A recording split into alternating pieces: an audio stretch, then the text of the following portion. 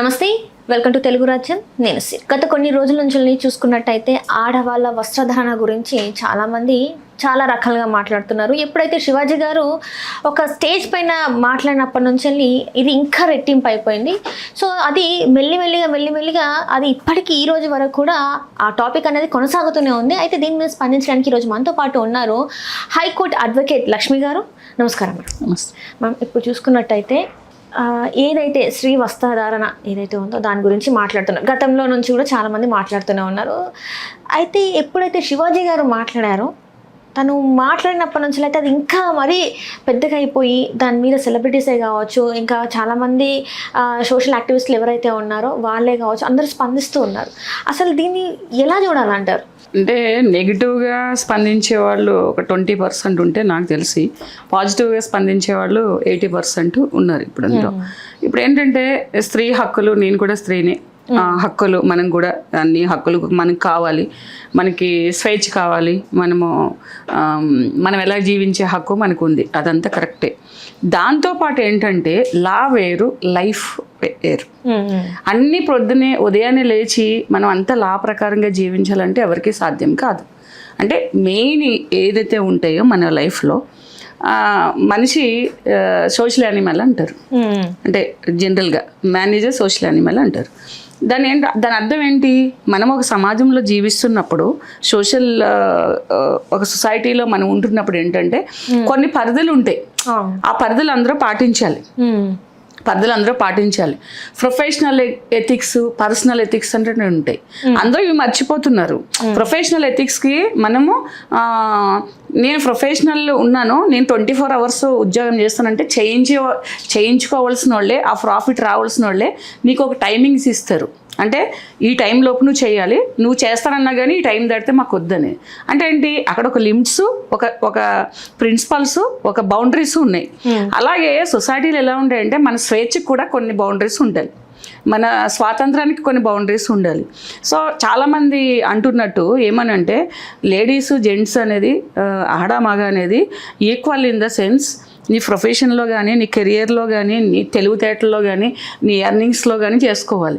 అంటే సమాజంలో ఉన్న వ్యత్యాసం అయితే ఏదైతే ఉందో ఆడ మగ అనే పుట్టుకలోనే కొన్ని ఉన్నాయి, డిఫరెన్సెస్ ఉన్నాయి. అవందరికీ తెలుసు. ఎందుకంటే అవి న్యాచురల్గా వచ్చినాయి. ఇప్పుడు బ్రహ్మకైనా ఉంది రెమ్మ తగిలనేసేసి కవులు చాలామంది రాశారు. అంటే దాని అర్థం ఏంటి? ఒక లేడీ కొంచెం తన పరిధిలో తను ఉండకపోతే తనకి చాలా విధాల అవమానాలు భరించవలసి వస్తుంది. ఎందుకంటే సెన్సిటివ్ మైండ్ ఉంటుంది. ఇప్పుడు కెరీర్ ప్రకారంగా మనం ఎంతైనా పరిపెడతాం. ఎవరైనా మన క్యారెక్టర్ని కొంచెం మాట్లాడితే మనకు తెలియకుండానే మనము ఒక లోపల బాధపడిపోయి ఉండి మనల్ని లేడీస్ని వాళ్ళు ఎవరైనా కూడా తొక్కేయాలనుకుంటే కూడా, ఆడవాళ్ళైనా మగవాళ్ళైనా, అంటే మన కొలీగ్స్ కానీ మన ప్రత్యర్థులు కానీ ఫస్ట్ క్యారెక్టర్ మీద పెడతారు. సో దానిని మనం క్యారెక్టర్ ఇన్ ద సెన్స్ మన డ్రెస్ సెన్స్ ఉంటుంది, మన వే ఆఫ్ టాకింగ్ ఉంటుంది, మన బిహేవియర్ ఉంటుంది, మన ఎథిక్స్ కూడా ఉంటాయి. ఆ ఎథిక్స్ని మర్చిపోయి అందరూ కూడాను ఏదో నా స్వేచ్ఛ నేను అనంటే డిఫరెన్సెస్ లేవా? ఎవరో ఒక సంధ్యారాణి గారు సోషల్ యాక్టివిస్ట్, ఆమె ఒక మదర్ అంటున్నారు, బెడ్రూమ్కి, బాత్రూమ్కి, హాల్కి, సొసైటీకి, మన ఊరికి, పక్క ఊరికి, మన రాష్ట్రానికి, పక్క రాష్ట్రానికి, మన దేశానికి, పక్క దేశానికి చాలా డిఫరెన్సెస్ ఉంటాయి. అంటే ఇవైతే జయోగ్రఫికల్ ఇవి ఉంటాయో, కస్టమ్స్ అండ్ ట్రెడిషన్స్ ఉంటాయో అందరూ పాటించాలమ్మా. సో ఏంటంటే జాగ్రత్తగా ఉండమంటంలో తప్పులేదు, దాన్ని మనం నెగిటివ్గా తీసుకోవడంలో తప్పు ఉన్నది. ఇప్పుడు ఆయన చెప్పడంలో ఏంటంటే కొన్ని వర్డ్స్ యూజ్ చేశారో దాన్ని అందరం ఖండిస్తాం. సో దానికి అపాలజీస్ అయిపోయినాయి, ఎవరైనా మాటలు దొరుకుతారు. అలా అంటే చాలా మంది చేస్తుంటారు. సో వీళ్ళు ఒక్కల కోసమే కాదు, నిన్న సంథింగ్ ఎవరో ఒక పొలిటీషియన్, ఎంపీ ఎవరో కూడా ద్వారా వస్తున్న అశ్లీలమైన ఫొటోస్ అన్నీ కూడా బ్యాన్ చేయాలి ఇన్స్టాలో, లేదంటే చాలా ప్రమాదం అవుతుంది. అంటే ఇవన్నీ ఏంటి? ఎంత బౌండరీస్లో ఉన్నంత వరకు పర్వాలేదు. సో ప్రతి ఒక్కరు మాట్లాడలేదు కానీ ఒక లేడీ చీర కట్టుకుని వస్తే సమాజం ఎలా స్పందిస్తుంది, ఒక చుడిదార్ వేసుకుంటే విలేజ్ వాళ్ళు ఎలా స్పందిస్తారు, మన కన్వీనెంట్ కోసం వేసుకున్నా, అలాగే జీన్స్ టీషర్ట్ లేకపోతే 2 పీసెస్ వేసుకుంటే ఎలా ప్రతి ఒక్కరికి తెలిసిందే. మనకెందుకు అని ఊరుకుంటున్నారు కానీ సో దానివల్ల ఉండే అనార్థాల గురించి మాట్లాడుకోవడంలో తప్పలేదు. పాటించకపోతాం అనేది వ్యక్తిగత విషయం. అంటే ఇప్పుడు ఉన్నది శివాజీ గారు ఉంది సినిమా ఇండస్ట్రీలో. ఆ ఇండస్ట్రీలో మామూలుగా చూస్తే గ్లామర్ ఇండస్ట్రీ అనే పేరు ఉంది. సో అక్కడ మాట్లాడకుండా ఇప్పుడు ఆడవాళ్ళ చీర కట్టు మీద లేకపోతే వాళ్ళు వేసుకునే బట్టల మీద మాట్లాడడం ఎంతవరకు కరెక్ట్ అనే ఒక వర్గం. అది యాక్చువల్లీ ఆయన ఏం చెప్పారంటే, మీరు బయటకు వచ్చినప్పుడు అన్నారు ఇండస్ట్రీ గురించే మాట్లాడదు, బయట అందరి గురించి కూడా మాట్లాడలేదు. అమ్మాయిలు ఇండస్ట్రీ వాళ్ళు ఇలాంటి ఇన్సిడెంట్ జరిగింది కాబట్టి అది మీ సెల్ఫ్ మోడెస్టీని డామేజ్ చేస్తుంది కాబట్టి అయితే అది మీరు జాగ్రత్తగా ఉండండి అనడంలో తప్పేమీ లేదు. ఇప్పుడు నిజంగానే ఏదైనా కొంచెం ఒక సారీయే ఊడిపోతుందమ్మా, మనం పిన్ని సరిగా టై చేసుకోము, సారీ ఊడిపోతుంది, మనం ఎలా ఫీల్ అవుతాము, ఎంత అవమానంగా ఫీల్ అవుతాము.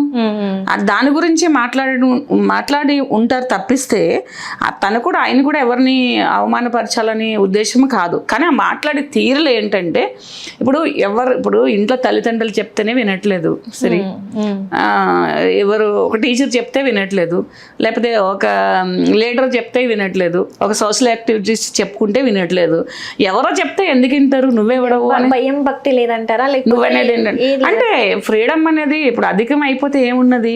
ఇప్పుడు న్యూట్రల్గా మాట్లాడినప్పుడు న్యూట్రల్గా వదిలేస్తే ఇంత టాపిక్ అవ్వదు. అందరి గురించి కామన్గా మాట్లాడినప్పుడు ఎవరో ఒక వ్యక్తి స్పందించి దాన్ని రెచ్చగొట్టి నేను ఇలాగే బతుకుతాను, నేను ఇలాగే ఉంటాను అని అంటే సమాజంలో రెచ్చిపోయే వాళ్ళు కూడా ఉంటారు. ఇప్పుడు సంధ్యారాణి గారు ఎలా మాట్లాడుతున్నారు, నిజంగానే మరి ఆ ఫ్రస్ట్రేషన్ ఉంటుంది. ఎందుకనంటే ఒక సోషల్ రెస్పాన్సిబిలిటీ ఉంటుంది ఎవరికైనా కూడా. పర్సనల్ రెస్పాన్సిబిలిటీ అనేది ఎలా ఉంటుందో, ఇప్పుడు మనం తలుపులు తీసేసుకుని మనం లాకేసుకోకుండా ఇంట్లోకి ఇల్లొచ్చారు దొంగలు పడ్డారంటే దెర్ ఇస్ నో మీనింగ్. అలా ఏంటంటే మనము ఎలా ఉండాలో అలా ఉండకుండా కొన్ని ప్రదేశాల్లో అందరూ చెప్తున్నట్టు కొన్ని ప్లేసెస్ ఉంటాయి. ఇప్పుడు నువ్వు బీచ్ ఏరియాలోకి వెళ్ళి అలాంటి డ్రెస్సులు వేసుకో, వేరే కంట్రీలోకి వెళ్ళి నువ్వు అలా డ్రెస్ వేసుకో. అదేంటంటే జనాలు ప్రొవోక్ అవుతారు, అవ్వకుండా ఉండరు. ఇప్పుడు అందరూ చూసి ఒక పర్సన్ని మీరు ఫీల్ అవ్వకుండా ఉండాలంటే అది సాధ్యం కాదు. అది నేచర్లోనే ఉన్న డిఫరెన్స్. ఇప్పుడు నేచర్లోనే ఉన్న డిఫరెన్సెస్ అది. అంటే ఆడ మగ మధ్యన ఆపోజిట్ జెండర్ మధ్యన కొన్ని ఉంటాయి.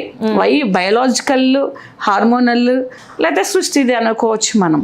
నిజంగానే సంధ్యారాణి గారు చెప్పినట్టు ఒక వయసు వచ్చిన అక్క చెల్లెళ్ళు అన్న తమ్ముడిని కానీ అక్క చెల్లెని కానీ అక్క తమ్ముడిని కానీ ఎవరిని ఒంటరిగా వదిలిపెట్టరు. అంతెందుకు మదరే ఆడపిల్లల్ని కేర్ తీసుకుంటారు. ఒక ఏజ్ వచ్చిన తర్వాత తన పక్కనేసుకు పడుకోవడము మనకందరికీ తెలుసు అది. ఎందుకంటే ఇప్పుడు తమ్ముళ్ళు అన్నయ్యలు అందరూ ఉంటే నాన్న దగ్గర పడుకుంటారు, ఆడపిల్లలను తల్లి వేసి పడుకుంటుంది. అక్కడ ఏదో జరిగిపోతుందని కాదు, ఒక కేరింగ్. అంటే ఒక చూస్తే ఇలా ఉంటుందా అనే ఫీలింగ్ వాళ్ళకి వస్తుందేమో, అంటే అమ్మాయి అంటే ఇలా ఉంటుందా అనే ఆటోమేటిక్గా కదా. అది కూడా వాళ్ళకి కనిపించకుండా తల్లులు జాగ్రత్త పడతారు. అలాగే ఇంటికి చుట్టాలు ఎవరైనా వచ్చినా తండ్రి ఏం చెప్తారు, నువ్వు ఫస్ట్ ఆమెను తీసుకుని లోపలికి వెళ్ళు, నువ్వు ఆమెను చున్నీ వేసుకోమని. ఇలా అదంతా ఏదో అయిపోతుందని కాదు, అదొక కేరింగ్. ఆ కేరింగ్ అది మన పర్సన్ మీద మనం కేర్ తీసుకుంటే నీ సెల్ఫ్ కేర్ నువ్వు ఎందుకు తీసుకోవని కొంతమంది ఆలోచిస్తున్నారు. కేర్ అని అంటే నువ్వు ఎందుకు ఒక 40 years ఆమె ఒక అమ్మాయి వేసుకుంటే ఎవరు అంతగా రియాక్ట్ కారు. ఏంటి ఈ ఫ్యూచర్ ఏంటి ఇట్లా ఉంటే ఎవరు చేసుకుంటారు అలా అంటారు. అది పర్సనల్, ఇష్టపడి చేసుకునే వాళ్ళు కూడా ఉంటారు. మూవీస్లో అది వేరమ్మా. మూవీస్లో ఏమిటంటే ఇప్పుడు నేను ఒకసారి జయమల్ని గారి ఇంటర్వ్యూ చూసా. ఆవిడ ఏమన్నారంటే, ఇప్పుడు ఆవిడని ఒక డాన్సర్గా అలా చూస్తాం, ఆవిడ నాకు చాలా నచ్చింది వాళ్ళ ఎథిక్స్ అవన్నీ కూడా. అది ఎథిక్స్ అంటే ఏమిని, ఇప్పుడు మేము కాస్ట్యూమ్ వేసుకుంటాము కానీ దాని మీద ఒక షాల్ కప్పుకుంటాము. లొకేషన్లోకి వెళ్ళిన తర్వాత, సీన్లోకి వెళ్ళిన తర్వాత ఆ షాల్ తీసి పక్కన పెట్టి మేము ఆ స్టెప్స్ వేసి వచ్చి మళ్ళీ షాల్ కప్పుకుని వచ్చేస్తాము. అది ఎంత మంచిగా ఉంది. అది ఎథిక్స్ దాన్ని అంటారు. ఇప్పుడు మీరెవ్వరూ ఇలా చేయకండి, మూవీస్లో ఇలా చేయకండి, లేకపోతే బిజినెస్ పరంగా ఇలా చేయకండి అని అంటే మన దౌర్భాగ్యం ఏంటంటే, ఒక ఫర్నిచర్ అమ్మే వాళ్ళు ఒక ఆడామని ఫోటో వేస్తారు, ఒక అమ్మాయి ఫోటో వేస్తారు. ఏమైనా దీనికి ఏమైనా అర్థం ఉన్నదా? ప్రతిదానికి ఫస్ట్ అక్కడి నుంచి రావాలి ఇవన్నీ కూడా. ఫర్నిచర్ అమ్మేవాళ్ళు నేను చూసాను చాలా పెద్ద పెద్ద హోర్డింగ్లో ఒక చిన్న స్లిప్ లాంటిది వేసి 1 pieces వేసి ఆ అమ్మాయి అమ్ముతారు. ఇంకా చాలా వాటికి ఆడవాళ్ళని ఎప్పటి నుంచో దాని మీద ఎవరో స్పందించారు ఎందుకు? ఈ హోర్డింగ్స్ వీటి మీద ఫ్లెక్సీల మీద ఆడవాళ్ళు వేసి ప్రతిదానికి కూడా ఒక దారి చూపించాలంటే ఎక్కడన్నా ఒక యారో మార్క్ వేయాలంటే కూడా అక్కడ ఒక లేడీని ఏదోలా చూపించి వేసేస్తారు. ఇది సమాజంలో ఎప్పటి నుంచో ఉన్నది. అంటే ఆడామిని వీళ్ళు చెప్పే సోకాల్డ్ పీపుల్ అందరూ కూడా బిజినెస్కి ఒక ఫోటో యూజ్ చేసుకున్నట్టే. అలాంటిది నన్ను చూడొద్దు, మీరు కళ్ళు మూసుకోండి నేను ఇలా ఉంటానంటే ఎవరైనా స్పందిస్తాం. అది ఎందుకంటే సోషల్ రెస్పాన్సిబిలిటీ ఉండాలి. నా బట్టల మీద నా మీద నీ హక్కు ఏంటి అని చెప్పేసి చాలా మంది క్వశ్చన్ చేస్తున్నారు. సో దాన్ని ఎట్లా చూడాలి? నా బాడీ నా ఇష్టం అని చెప్పేసి. ఇప్పుడు నేను ఒకటి చెప్తాను, అందరూ చెప్పినట్టు నేను ఒకటి చెప్తాను. ఒక లేడీ అన్ఫార్చునేట్లీ ఒక పిచ్చామైనా సరే అలా రోడ్డు మీద ఉందనుకోండి, ఏం చేస్తారు? ఎవరైనా వెళ్ళి ఒకటి కప్పుతారు. అదేంటది? దాన్ని ఏమంటారు? ప్రొటెక్షన్. అంటే ఎవడో కుక్క ఉండొచ్చు, నక్కు ఉండొచ్చు, ఎవడో ఉండొచ్చు, పాపం ఈమెనేమన్నా చేస్తారేమని. ఇలాంటివన్నీ ఎందుకు ఆలోచించరు? అంటే అరే ఆ పిచ్చామిని ఆమె చూడకూడదని ఎవరు అనుకోరు. ఆమెకి కాన్షియస్ లేదు, లేకపోతే ఆమెకి ఒంటికి డిసీజ్ ఉంది, లేకపోతే ఆమె ఒక 10 రోజుల నుంచి స్నానం చేయలేదు, ఆమెను ఎందుకుని మనం చూడాలి అనుకోకు. వెళ్ళి వాళ్ళందరూ డెఫినెట్గా చూస్తారు. సో అలాంటి ఆమెకి మనం గమ్మన ఏం చేస్తాం? ఎవరైనా ఏదైనా ఒక ఏదో బట్ట కప్పడమో, లేకపోతే తీసుకొచ్చి వేరే కూర్చోబెట్టడమో, లేకపోతే ఏదో ఒకటి రెస్క్యూ చేస్తాం మనం.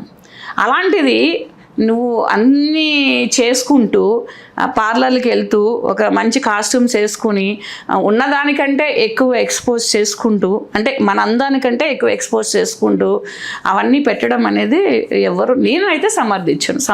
వ్యక్తిగత స్వేచ్ఛలు ఉండాలి. అంటే నేను ఏమంటాను, పర్సనల్ లిబర్టీతో పాటు, పర్సనల్ ఫ్రీడమ్తో పాటు పర్సనల్ ఎథిక్స్ కూడా పాటించాలని చెప్తాను నేను.